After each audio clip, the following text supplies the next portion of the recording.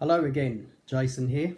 We're going to be reading Matthew chapter 2 today from the Modern English Version of the Bible, the MEV. We're starting with Matthew chapter 2 verse 1, titled The Visit of the Wise Men. Now after Jesus was born in Bethlehem of Judea in the days of Herod the king, wise men came from the east to Jerusalem, saying, "Where is he who is born the King of the Jews? For we have seen his star in the east and have come to worship him." When Herod the king heard these things, he was troubled, and all Jerusalem with him. And when he had gathered all the chief priests and scribes of the people together, he inquired of them where Christ should be born. They told him, "In Bethlehem of Judea, for this is what the prophet wrote. And you, Bethlehem, in the land of Judah, are no longer least among the princes of Judah, for out of you shall come a governor, who will shepherd my people Israel." Then Herod, when he had privately called the wise men, carefully inquired of them what time the star appeared. And he sent them to Bethlehem and said, "Go and search diligently for the young child, and when you have found him, bring me word again, so that I may come and worship him also." When they heard the king, they departed, and the star which they saw in the east went before them, until it came and stood over where the young child was. When they saw the star, they rejoiced with great excitement. And when they come into the house, they saw the young child with Mary, his mother, and fell down and worshipped him.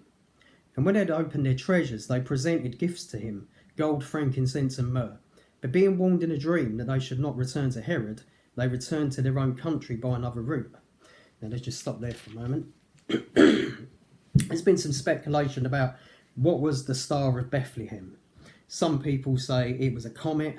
Some people say it was some kind of a comet, basically. It appeared at that time, and they tried to work it all out historically, and in this certain month, certain year, there was this happening, that happening. To me personally, I believe it was a supernatural star, because this star kept moving, then it stopped and hovered above where Jesus was found.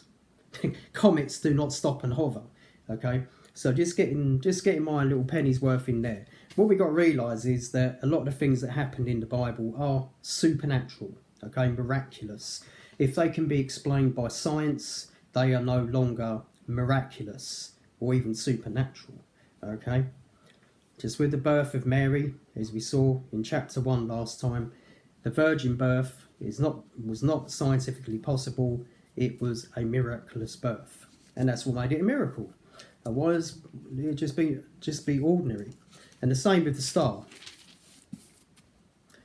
Verse 13, he escaped to Egypt. Now when they departed, the angel of the Lord appeared to Joseph in a dream, saying, "Arise, take the young child and his mother, and escape to Egypt, and stay there until I bring you word, for Herod will seek the young child to kill him."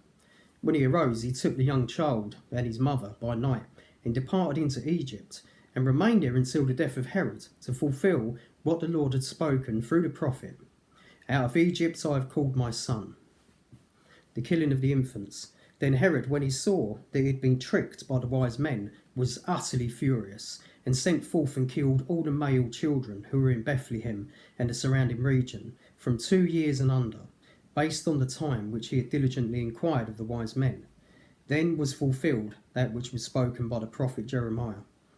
In Ramah a voice was heard, grieving and weeping, and great mourning, Rachel weeping for her children, and she would not be comforted, because they are no more.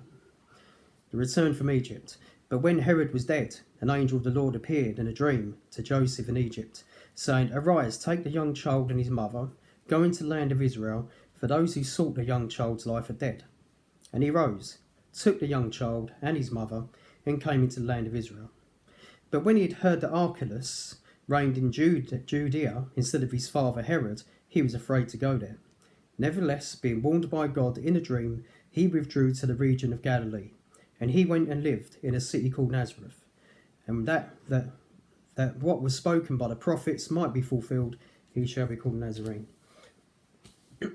That's Matthew chapter 2. Okay, well, as you can see, it's pretty much self-explanatory. You will find that a lot of, especially in the Gospels, a lot of the stuff is self-explanatory. So I need say no more. Well, God bless you, and see you again next time for the next video where we'll be reading Matthew chapter 3. God bless you all. Have a great day. Bye-bye.